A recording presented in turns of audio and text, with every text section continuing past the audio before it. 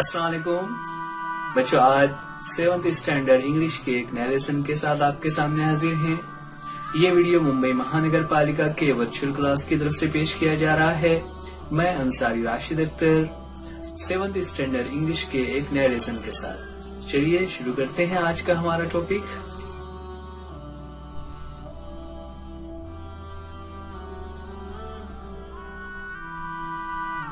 बच्चों, आज 7th standard English के एक नए लेसन के साथ ये वीडियो, जैसा कि आप जानते ही हैं, हमारा जो वर्चुअल क्लास चल रहा होता है वहां से पेश किया जा रहा है। 7th स्टैंडर्ड इंग्लिश में आज हम एक नया चैप्टर शुरू करने जा रहे हैं, जो दरअसल एक ड्रामा है। जी हाँ बच्चों, आज का हमारा टॉपिक द वेलकम। ये वीडियो आप YouTube के BMC EJU उर्दू स्टैंडर्ड 7 इस चैनल पर देख रहे हैं। ये वीडियो उर्दू मीडियम स्टूडेंट्स के लिए स्टैंडर्ड 7 माय इंग्लिश बुक 7 का द वेलकम। चलिए शुरुआत करते हैं। शुरुआत करेंगे हम सबसे पहले इस स्टोरी के जो इस प्ले के राइटर हैं उनके बारे में। यहाँ पर उनकी तस्वीर आपके सामने है। ये तस्वीर है गुरुदेव रविंद्रनाथ टैगोर की। उनके बारे में लिखा हुआ है कि Gurudev Rabindranath Tagore was a great writer, musician and thinker. He is known for his songs, poems, novels, short stories, plays etcetera. Okay, writer जो है वो है द ग्रेट गुरुदेव रविंद्रनाथ टैगोर, जो कि एक राइटर थे ना। मतलब उन्होंने स्टोरीज भी लिखी हुई है, पोएम्स भी लिखी हुई हैं। ही वॉज अ म्यूजिशियन, वो कंपोजिंग भी करते थे, म्यूजिक भी तैयार किया करते थे। और थिंकर है। थिंकर से मुराद ऐसे लोग जो अपनी जिंदगी से ऊपर उठ गए ना। आमतौर से इंसान क्या सोचता है कि मैं अपने बारे में सोचूं, मैं स्टूडेंट हूं, मुझे पढ़ाई करनी है, मुझे पढ़ लिख कर कुछ बनना है, मुझे कोई जॉब करनी है, मुझे कोई कोर्स करना है। और फिर उसके बाद क्या होगा, जब मैं किसी जॉब पर लग जाऊंगा या मैं कुछ बन जाऊंगा तो फिर मेरी फैमिली होगी, मेरा घर होगा, मेरी शादी होगी, मेरे बच्चे होंगे। इंसान अपने बारे में सोचता है। लेकिन हमेशा से समाज में ऐसे कुछ लोग रहे हैं जो अपने बारे में कम सोचते हुए पूरे समाज के बारे में सोच रहे होते हैं ना। ऐसे लोगों को थिंकर्स कहा जाता है, जो पूरे समाज के मुतालिक फिक्रमंद होते हैं, गौर खौस कर रहे होते हैं कि हमारे समाज में बेहतरी कैसे आएगी। तो रविंद्रनाथ टैगोर भी ऐसे ही लोगों में शामिल हैं। वो भी एक थिंकर थे। उसके बाद आगे है ही इज नोन फॉर। बच्चों, ये जो वर्ड यूज किया हुआ है नोन फॉर, इसका मतलब होता है फेमस। नोन फॉर का मतलब होता है famous for his songs, poems, novels, short stories, plays etcetera. है ना। अलग अलग किस्म की जो लिटरेचर होता है, जो अलग अलग किस्म के, हम जैसा हम लोग हमारी बुक पढ़ते हैं तो उसमें हम देखते हैं पोएम्स भी होती हैं, सॉन्ग्स भी होते हैं, स्टोरीज होती हैं, प्लेज मीन्स ड्रामाज होते हैं। तो रविंद्रनाथ टैगोर ऐसे थे जिन्होंने सब चीजों में महारत हासिल थी। सबके लिए ही वो फेमस थे। आमतौर से ऐसा नहीं होता। आमतौर से क्या होता है कि एक जो पर्सन होता है वो किसी एक फील्ड में एक्सपर्ट होता है। अगर कोई पोएट है, कोई शायर है, तो वो सिर्फ पोएम्स लिख रहा होता है। कोई अगर राइटर है जो स्टोरीज लिखता है तो वो सिर्फ स्टोरीज में ही एक्सपर्ट होता है। कोई अगर ड्रामा लिख रहा है तो वो ड्रामाज या प्लेज में ही एक्सपर्ट होता है। लेकिन कुछ लोग ऐसे होते हैं जो एक से ज्यादा चीजों में एक्सपर्ट होते हैं और इसके लिए वो फेमस भी हो जाते हैं। यहाँ पर रविंद्रनाथ टैगोर का ताल्लुक ऐसे ही ग्रुप से है। आगे है the welcome is a funny one act play in which a young man wants to tell people in his village that he has passed MA, but everybody talks to him about his cat. क्या बता रहे हैं story के बारे में बता दिया कि हमारी जो स्टोरी है वो एक्चुअल में क्या है। उसका टाइटल है द वेलकम, और ये एक फनी वन एक्ट प्ले है ना। फनी मीन्स मजाहिया है, आपको उसे सीरियस नहीं पढ़ना है, बल्कि वो एक तरीके से हंसी के लिए है। और वन एक्ट प्ले है बच्चों, ये एक थोड़ा नया वर्ड आपके लिए आ गया हुआ है, वन एक्ट प्ले। प्ले अभी मैंने उसका मीनिंग ऊपर बताया। प्लेस कहते हैं ड्रामा को, और ड्रामा में आपने देखिए हमारे स्कूल में प्रोग्राम होता है, हमारे स्कूलों में बालक उत्सव होता है, आपके स्कूलों में ड्रामा होता होगा, नहीं होता है तो आगे चलकर आप ड्रामास देख सकते हैं।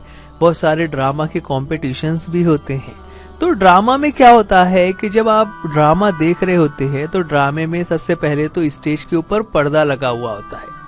पर्दा लगने के बाद जब ड्रामा शुरू होता है तो सबसे पहले पर्दे को हटाया जाता है, और पर्दे को हटाने के बाद अंदर वो पूरा मंजर होता है। जैसे किसी घर का सीन है तो घर का माहौल वहां पर नजर आएगा, कोई रास्ते का सीन है तो रास्ते में क्या क्या चीजें होती है वो चीजें वहां पर नजर आएगी, और फिर वहां पर जो कैरेक्टर्स होते हैं वो हमारे सामने हाजिर होते हैं, और फिर वो अपने डायलॉग से बोल रहे होते हैं, और फिर उनके डायलॉग की मदद से हमें स्टोरी समझ में आ जाती है।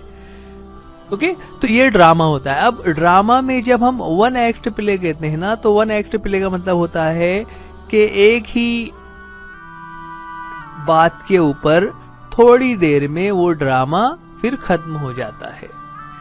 ठीक है बच्चों, अब ये आप थोड़ा सा आपके लिए एक नई बात है। असल में हम लोग जिस तरह देखते हैं कि हम लोग टीवी पर देखते हैं, बहुत सारे प्रोग्राम हो रहे होते हैं, है ना। उसमें हम दो अगर टीवी के प्रोग्राम की बात करें, फॉर एग्जांपल ना, यहाँ पर किसी प्रोग्राम को प्रोमोट करने की या उसके एडवर्टीजमेंट के लिए ये नहीं हो रहा है, आपको सिर्फ एग्जाम्पल देने के लिए। जैसे दो प्रोग्राम हमारे सामने हैं जो बहुत ही फेमस है। एक है तारक मेहता का उल्टा चश्मा, और एक दूसरा प्रोग्राम है the Kapil Sharma show. Okay, ये दोनों प्रोग्राम आपने कभी ना कभी देखा होगा। द कपिल शर्मा शो जो होता है वो एक तरीके से वन एक्ट प्ले है, क्योंकि क्या होता है, एक मर्तबा उसमें पर्दा उठता है और सारी स्टोरीज एक के बाद एक होती चली जाती है। फिर बाद में जो उनके गेस्ट होते हैं वो उनसे बात कर रहे होते हैं, और इस तरह से प्रोग्राम खत्म हो जाता है। जबकि अगर हम तारक मेहता की बात करें तो तारक मेहता में क्या होता है, वो कभी घर के अंदर का सीन बताते हैं, फिर कभी सोसाइटी का बता रहे हैं, कभी बच्चों की स्पोर्ट्स का बता रहे हैं, कभी उनके दुकान के बारे में बता रहे हैं, कभी किसी और के घर के बारे में बता रहे हैं।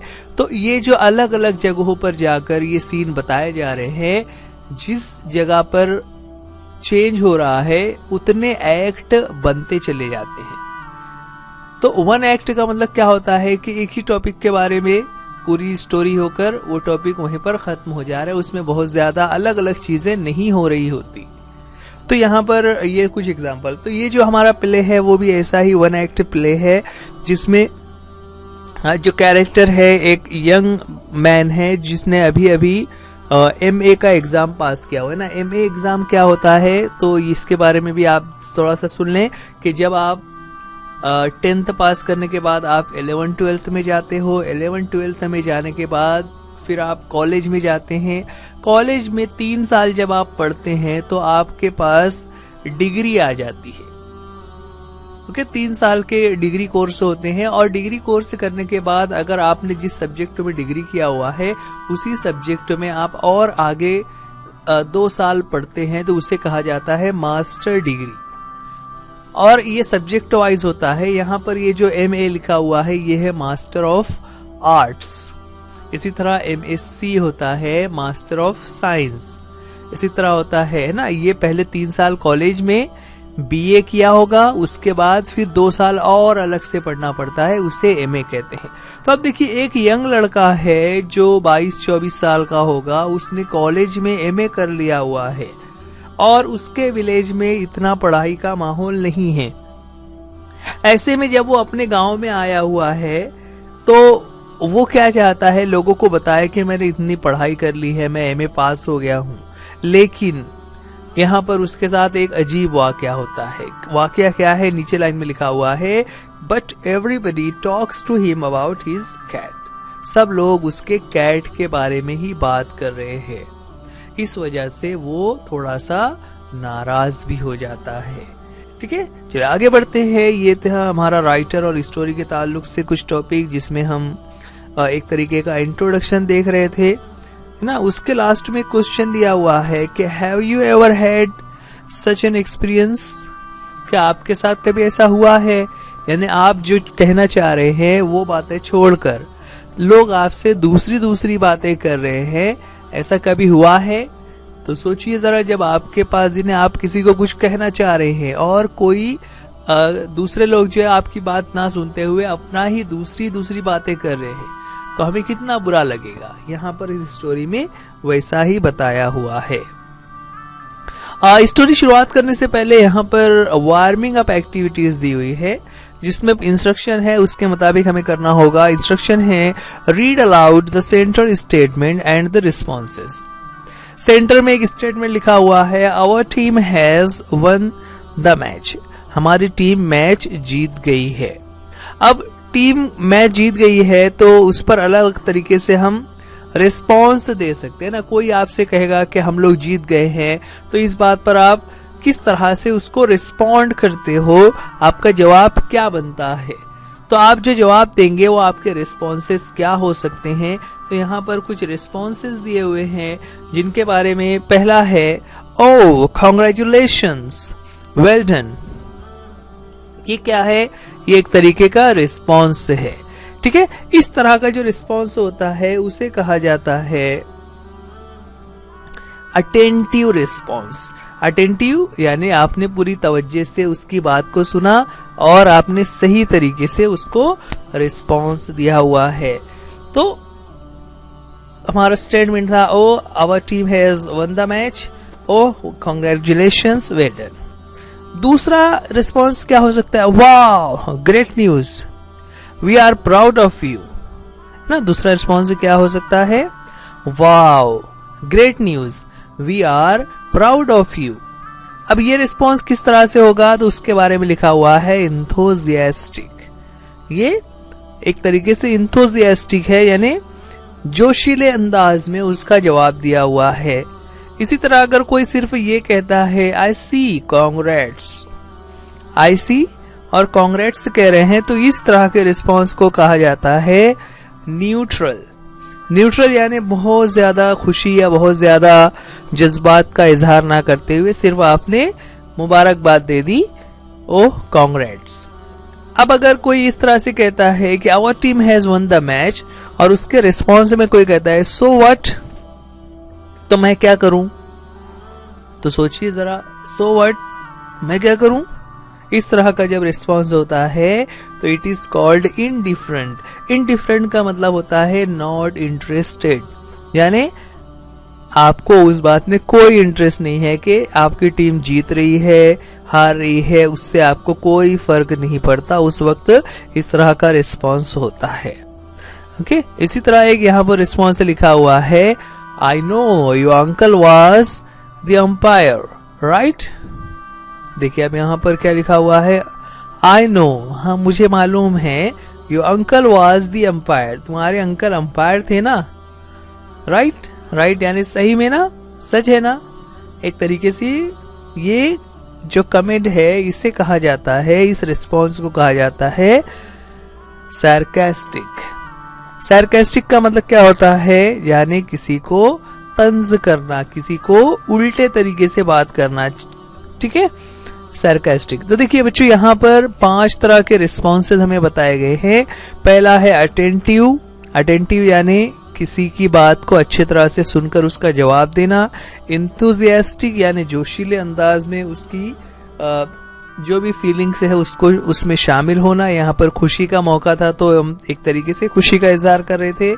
नीचे जो लिखा हुआ है आई सी कांग्रेट्स, ये न्यूट्रल है, यानी ना बहुत ज्यादा खुशी का इजहार किया ना आप उससे नाराज भी नहीं है, आपने सिंपली मुबारकबाद दे दी। और इस साइड में जो राइट में 2 लिखे हुए हैं इनडिफरेंट और सार्कास्टिक, ये एक तरीके से निगेटिव कमेंट्स है, जहां पर आप जो है उस बात से आपको कोई फर्क नहीं पड़ता, इसलिए आपने ऐसा कहा।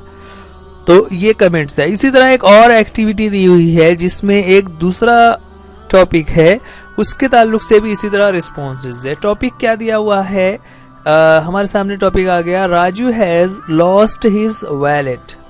राजू का वैलेट खो गया है। राजू का जो वैलेट है वो खो गया। अब राजू का वैलेट खो गया है, किसी की कोई चीज खो जाए तो हम क्या कहेंगे, ओ रियली हाउ सैड, हम कहेंगे कि बहुत दुख हुआ कि इस तरह से उसका वैलेट ना, उसमें क्या पैसे होंगे, उसमें कुछ कार्ड्स वगैरह हो सकते हैं, कोई उसमें इंपॉर्टेंट डॉक्यूमेंट होगा, एटीएम होगा वगैरह। देन इसी तरह oh no how terrible can we help. देखिए यहाँ पे बच्चों पहले वाले में कहा था हाउ सैड, एक दुख का इजहार किया था, तो ये अटेंटिव है, मतलब आपने तवज्जो से उसका जवाब दे दिया। और जब कह रहे हाउ टेरिबल और उसके आगे और क्या, कैन वी हेल्प, क्या हमें उसकी कोई मदद करनी चाहिए, यानी उसके पैसे गुम गए होंगे, उसके पैसे थे। तो ये भी एक एक्टिविटी है जिसमें जब हम इस तरह से रिस्पॉन्स कर रहे हैं तो इस रिस्पॉन्स हम कह सकते हैं इट इज इंथुजियास्टिक, है ना, आपने पूरी तरीके से। और नेक्स्ट नीचे लिखा हुआ है ओ आई सी। अच्छा सिर्फ इतना ही आपने सुन लिया, अरे उसका पैसा चोरी हो गया, बस इतना कहकर आपने कोई सैड और टेरिबल या हेल्प का कोई इजहार नहीं किया, तो इस तरह के रिस्पॉन्स को कहते हैं न्यूट्रल। देन एक है सच थिंग्स हैपन, कैसा हो जाता है किसी का वैलेट जो है वो कहीं पर चोरी हो जाए या गुम हो जाए, तो ऐसा तो होता ही है, यानी आपको राजू से कोई हमदर्दी नहीं है, तो इसे कहा जाता है इंडिफरेंट।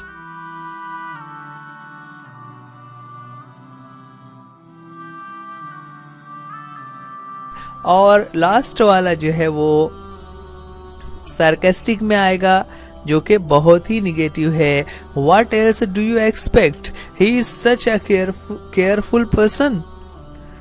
ना, क्या तुम्हें ऐसा लगता है कि वो बहुत केयरफुल है, बहुत तवज्जो और ध्यान रखने वाला आदमी है? तो ये क्या है, ये सार्केस्टिक कमेंट है। सार्केस्टिक का मतलब क्या होता है, एक तरीके से उल्टा तंज करना, यानी वो ऐसा ही नाकारा है, उसके साथ ऐसा ही होता है। तो यहाँ पर देखिए बच्चों, आपको दो चीजें सिखाई गई। पहले वाले में हमें बताया गया एक खुशी के मौके पर किस तरह से रिस्पॉन्स करना चाहिए, और दूसरा जब किसी के साथ कोई बुरा वाकया हो तो कैसे रिस्पॉन्स करना चाहिए। चलिए ये थे कुछ एक्टिविटीज। अब उसके बाद हम आते हैं एक्चुअल ड्रामा पर। ड्रामे की शुरुआत हम करेंगे कर्टेन से, पर्दा हटता है, जहां पर हमारा टाइटल लिखा हुआ है द वेलकम सीन 1। बच्चों सीन का मतलब होता है जगह। यहाँ पर जब आप ड्रामा पढ़ रहे हैं तो सीन का मतलब है किस जगह पर ये वाकया हो रहा है। अगर जगह चेंज हो जाएगी तो उसका सीन नंबर चेंज हो जाएगा। पहला सीन हमारे सामने शुरू होता है। सीन के बारे में थोड़ा डिस्क्रिप्शन दिया हुआ है कि अ विलेज रोड, है ना, सीन कहां पर है, ए विलेज रोड, जैसा कि हमें मंजर में नजर आ रहा है। Chaturbhuj has come back to the village after passing his MA examination. Chaturbhuj अपना एमए का एग्जाम पास करके वापस आया हुआ है। Hoping that everyone will make a great fuss over him, है ना, great fuss over him. Great fuss मतलब यहाँ पर कि सब लोग उसकी बहुत इज्जत अफजाई करेंगे, उसको मुबारकबाद देंगे, सब लोग खुश होंगे। तो देखिए होता है ना कि जब हमारे आसपास में कोई बच्चा कोई एग्जाम पास करके आता है या किसी एग्जाम में टॉप करता है तो उसके लिए प्रोग्राम होते हैं, उसको मुबारकबाद दी जाती है। तो यहाँ पर चतुर्भुज को ऐसा एहसास था कि मैंने एमए का एग्जाम पास कर लिया है, जब मैं अपने घर पर लौटूंगा, अपने गांव में जाऊंगा तो सब लोग मुझे मुबारकबाद देंगे। अब आगे है there is a plump Afghan cat with him. उसके हाथ में एक अफगान कैट है। अफगान कैट से मुराद यहाँ पर कि एक खास किस्म की मोटी सी बिल्ली उसके पास है, जैसा कि यहाँ पिक्चर में हमारे सामने नजर आ रहा है। तो एक मोटी बिल्ली उसके पास है। अब किस तरह से वाकया होता है, तो सबसे पहले एक शख्स हाजिर होता है, नील रतन, है ना, जो लेफ्ट में हमें नजर आ रहा है। नील रतन एंटर का मतलब वो स्टेज के ऊपर हमारे सामने। बच्चों ये जो पूरा वाकया है वो स्टेज के ऊपर आपको दिखाया जा रहा है ना, यहाँ पर आप इसको इस तरह से सोच कर देखिए। अब नील रतन जब जैसे ही स्टेज पर आता है तो आने के बाद वो कहता है, हेलो देयर चतुर बाबू, व्हेन डिड यू अराइव। क्या कहता है? चतुर बाबू। अच्छा, ये जो चूंकि हमारे जो राइटर हैं रविंद्रनाथ टैगोर, वो बंगाल से ताल्लुक रखते हैं और बंगाल में किसी को मुखातिब करने के लिए बाबू का वर्ड ये बहुत आम होता है ना। इसलिए चतुर को उन्होंने चतुर्भुज ऐसा पूरा नाम ना कहते हुए सिर्फ चतुर बाबू कहा कि हेलो देयर चतुर बाबू, व्हेन डिड यू अराइव ना। हेलो देयर से मुराद हम जैसे सलाम करते हैं, हाय करते हैं ना, ये तो हमें पता ही है। कन्वर्सेशन को शुरू करने के लिए हाय और हेलो कहा जाता है। तो उन्होंने पूछा चतुर्भुज, चतुर बाबू, व्हेन डिड यू अराइव, तुम कब आए, यानी तुम जो पढ़ाई करने के लिए गए हुए थे तो तुम कब वापस आए। तो उन्होंने कहा directly after the MA exams were over I. और देखिए यहां पर पहले तो उन्होंने कहा directly after the MA exams were over, जैसे ही मेरे MA के एग्जाम्स खत्म हुए मैं फौरन गांव आ गया। और आगे उन्होंने कुछ कहना चाहा, आए के बाद ये जो डॉट्स लगे हुए हैं इसका मतलब क्या होता है कि वो कुछ कहना चाह रहे थे, और वो कुछ कहना चाह रहे थे उससे पहले ही नील रतन ने वहां पर पूछ लिया, you have got a fine cat there, है ना। चतुर्भुज की बात पूरी होने से पहले ही नील रतन ने क्या पूछ लिया, you have got a fine cat there, कि तुम्हारी बिल्ली तो बहुत प्यारी लग रही है, बहुत अच्छी लग रही है। लेकिन चतुर्भुज ने अपनी बात कहते हुए कहा, this year the exams were a very. अब देखिए वेरी के बाद फिर से बात वहां पर रुक गई, लेकिन नील रतन ने बीच में पूछ लिया, tell me where did you find that cat, ये कैट तुमने कहां से खरीदी, है ना, मतलब तुम्हें कहां पर मिली है, ये बिल्ली तुम्हें कहां मिल गई, कितनी प्यारी बिल्ली कहां से मिली है। चतुर्भुज ने कहा बॉट इट। बॉट इट यानी खरीदी है। बाय, बाय आपने सुना हुआ है BUY, बाय यानी खरीदना, तो उसका पास्ट टेंस हो जाता है बॉट। मैंने इस बिल्ली को खरीदा है। अब उस पर आगे, उसके आगे चतुर्भुज ने क्या कहा, the subjects I offered dash. देखिए यहां पर अभी तक 3 जुमला, पहले उन्होंने कहा आए, लेकिन नील रतन ने बीच में ही एक सवाल कर दिया।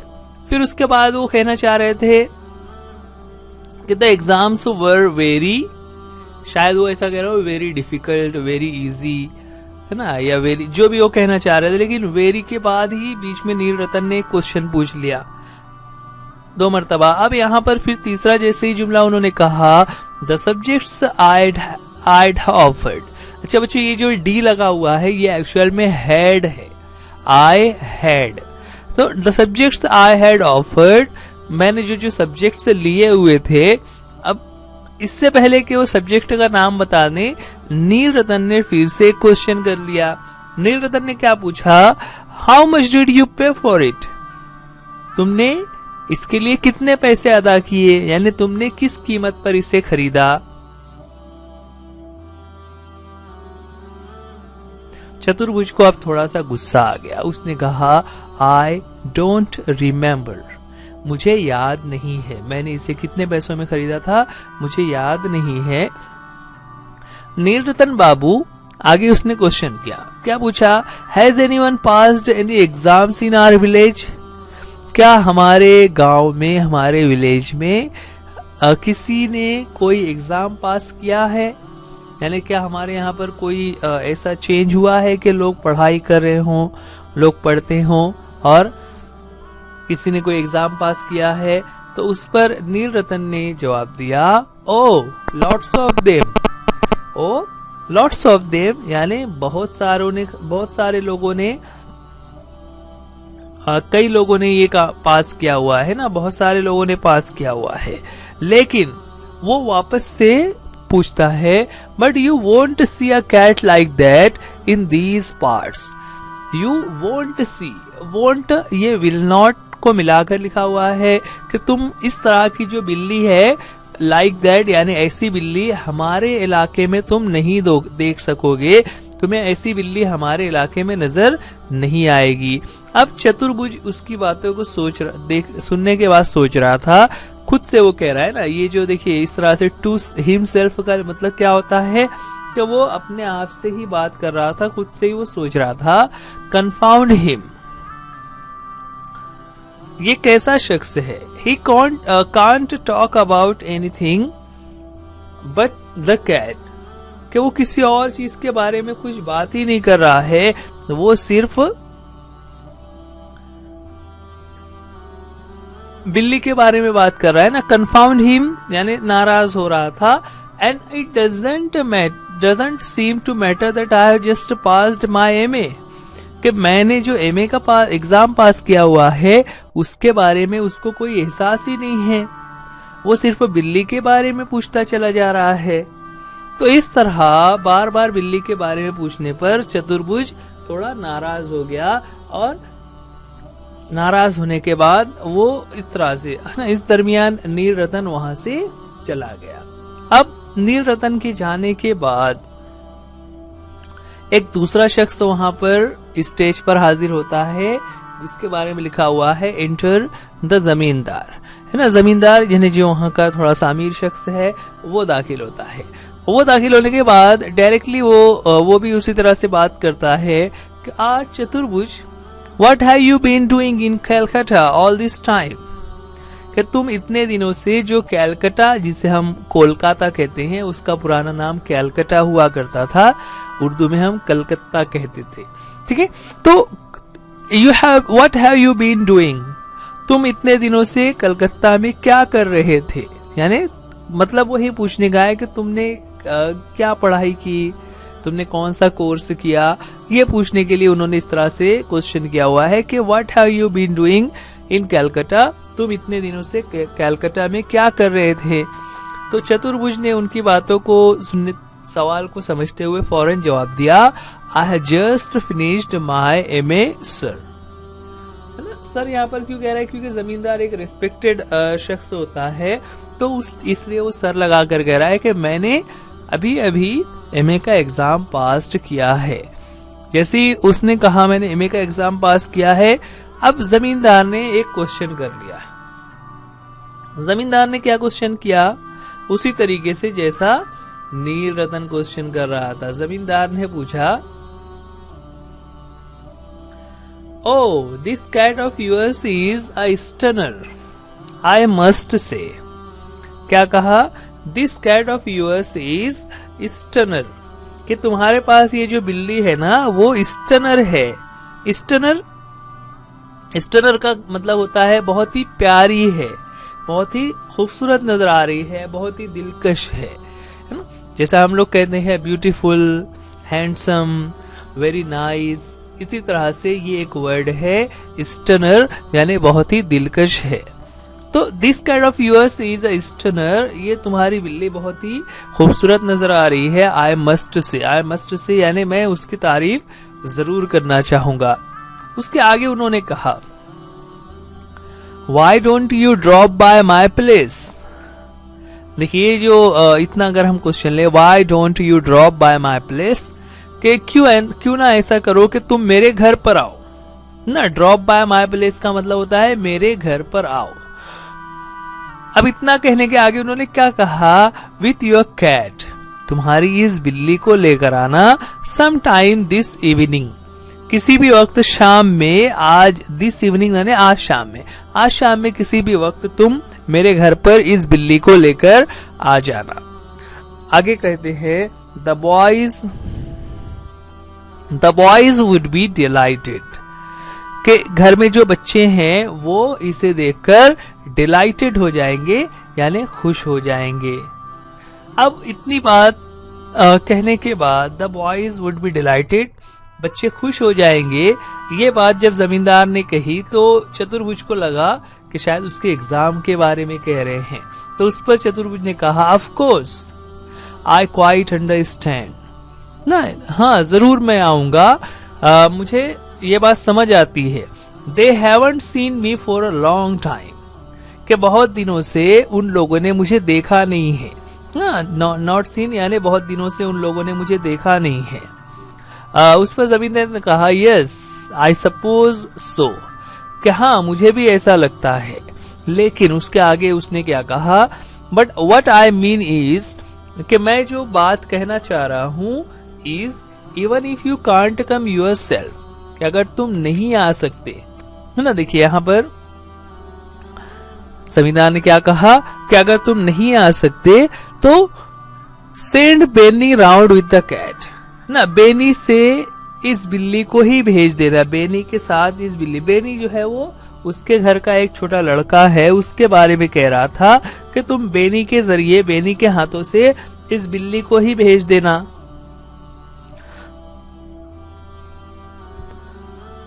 आई want the boys to see it, मैं चाहता हूं कि घर में जो लड़के हैं वो इसे देखें। यानी वापस से जमींदार फिर से उसी बिल्ली पर आ गया जैसा कि नील रतन बिल्ली की बात कर रहा था। एग्जिट जमींदार, है ना, जमींदार वहां से चला गया। अब जमींदार के जाने के बाद कुछ और कैरेक्टर्स हमारे सामने आ रहे होंगे, लेकिन इस वीडियो को हम लोग यहीं पर रोकेंगे। इस वीडियो का जो आगे का हिस्सा है, इस चैप्टर का आगे का हिस्सा हम इसी चैप्टर के नाम से उसका पार्ट 2 जब बनेगा उस वीडियो में आप देख सकते हैं, जो आपको इसी चैनल पर नजर आएगा। बच्चों ये वीडियो आप BMC ईजू उर्दू स्टैंडर्ड 7 इस चैनल पर देख रहे हैं। आप इस चैनल को लाइक कीजिए, चैनल को सब्सक्राइब कीजिए, वीडियो को लाइक कीजिए, वीडियो को अपने दोस्तों में शेयर कीजिए।